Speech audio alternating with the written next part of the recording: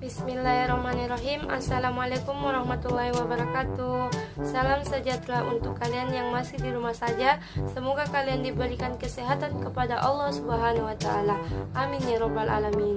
Jadi, saya Ainil Multazam, saya akan membacakan materi tentang virus corona sebagai ancaman, tantangan, hambatan, dan gangguan bagi Indonesia.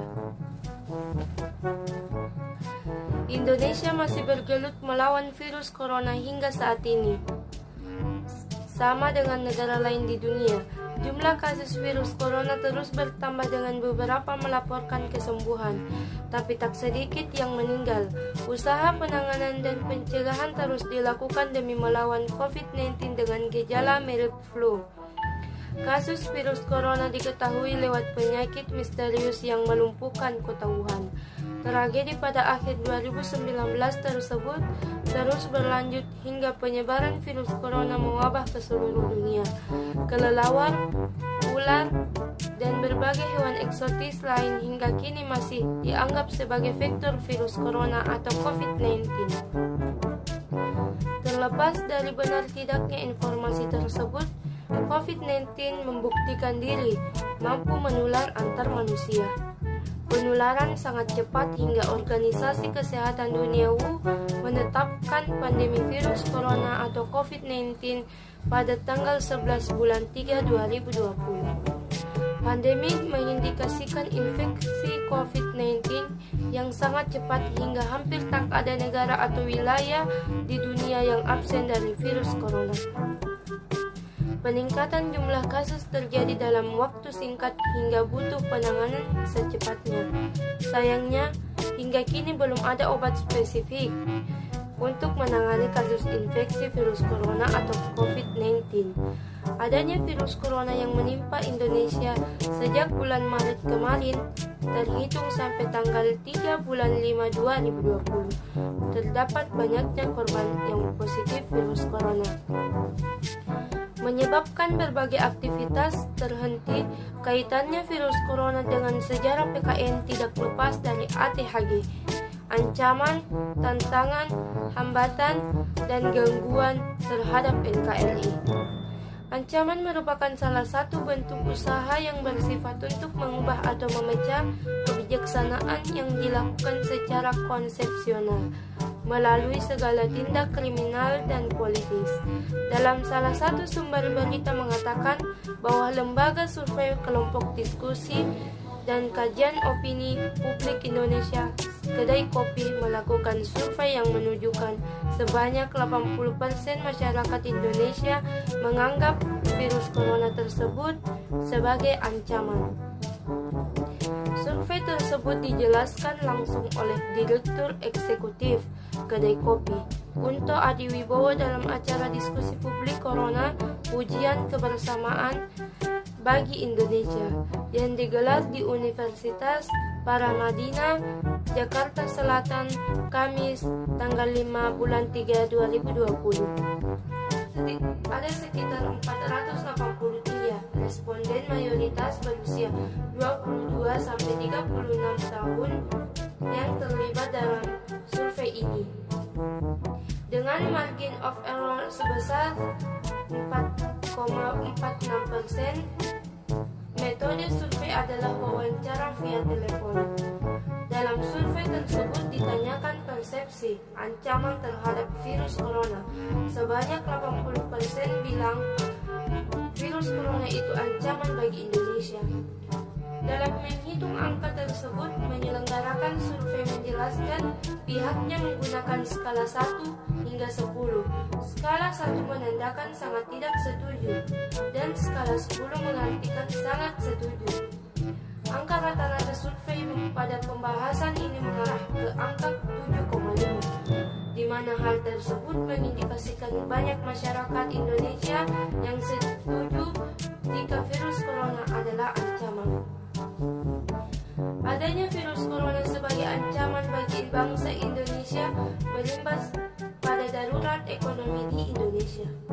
Salah satunya pelaku usaha mikro, kecil, menengah (UMKM) banyak menderita karena situasi ini. Pemandangan keramaian kedai makanan yang berada di dekat gedung perkantoran saat jam makan siang tak lagi terlihat. Belum lagi pusat perbelanjaan menjadi tempat yang juga dihindari oleh masyarakat. Padahal banyak pelaku UMKM hingga retail besar di tempat itu. Pedagang kaki lima juga akan ikut merasakan pahitnya situasi saat ini. Mewabahnya virus corona pun bisa menjadi ancaman serius bagi Indonesia. Dari sisi pertahanan dan keamanan, pemerintah selaku pemegang kendali negara harus bisa mempersiapkan diri sebaik-baiknya untuk mengantisipasi berbagai kemungkinan dan potensi melemahnya pertahanan nasional. Gangguan merupakan hal atau usaha yang muncul dari luar yang memiliki sifat atau bertujuan untuk melemahkan atau menghalangi secara tidak terarah. Dalam kasus virus corona juga terdapat gangguan yang terjadi di Indonesia akibat dari luar. Contohnya adalah sebanyak 39 tenaga kerja asing Cina masuk ke Kabupaten Bintan, Kepulauan Riau pada Selasa tanggal 31 bulan 3 2020 malam.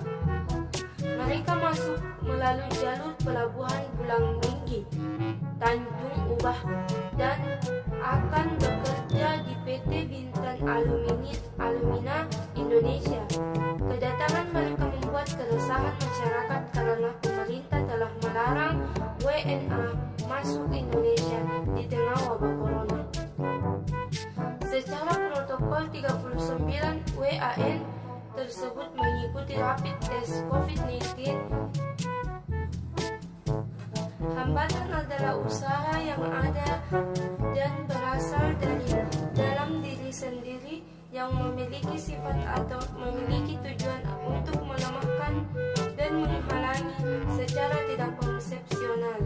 Dari segi hambatan, Menteri Kesehatan Terawan Agus Putranto memaparkan sejumlah hambatan dalam penanganan COVID-19, antara lain pertama sulitnya mendapatkan alat kesehatan terutama APD, alat perlindungan diri dan masker. Tingginya beban kerja tenaga medis rumah sakit rujukan COVID-19. Hal itu tidak lepas dari semakin banyaknya pasien yang tertular COVID-19 berdatangan ke rumah sakit. Ketiga, Terawan mengungkapkan adanya kesulitan dalam melakukan mobilisasi kesehatan antar fasilitas kesehatan.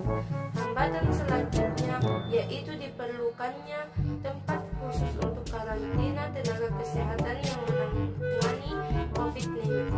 Terakhir, tidak tersedianya vaksin virus khusus untuk COVID-19 jadi salah satu hambatan dalam penanganan COVID-19. Terawan mengungkapkan sejauh ini tenaga kesehatan menggunakan Tamiflu. Walaupun kita tetap berdiam diri di rumah, ada berbagai cara yang dapat dilakukan sebagai bela negara selama masa pandemi ini, yaitu setiap kita harus bahu-membahu dalam mentaati pemerintah dan pemuka agama, menjadi kebersihan dan kesehatan diri dan keluarga, menjadi inisiator kepatuhan dalam bersosial distancing, menumbuhkan semangat, menjadi teladan dalam masyarakat, tidak menjadi pansbuyer, tidak menimbun alat kesehatan dan kebutuhan pokok, serta tindakan-tindakan bela negara lainnya yang dapat menjaga keberlangsungan bangsa dan negara Indonesia yang kita cintai. Jadi itulah tadi materi yang saya bacakan. Semoga bermanfaat. Maaf kalau ada kata-kata saya yang kurang dan kata-kata saya yang salah, itu datangnya dari diri saya sendiri, karena saya hanya manusia biasa, tidak luput dari kesalahan. Kalau ada yang benar, itu datangnya dari Allah Subhanahu wa Ta'ala.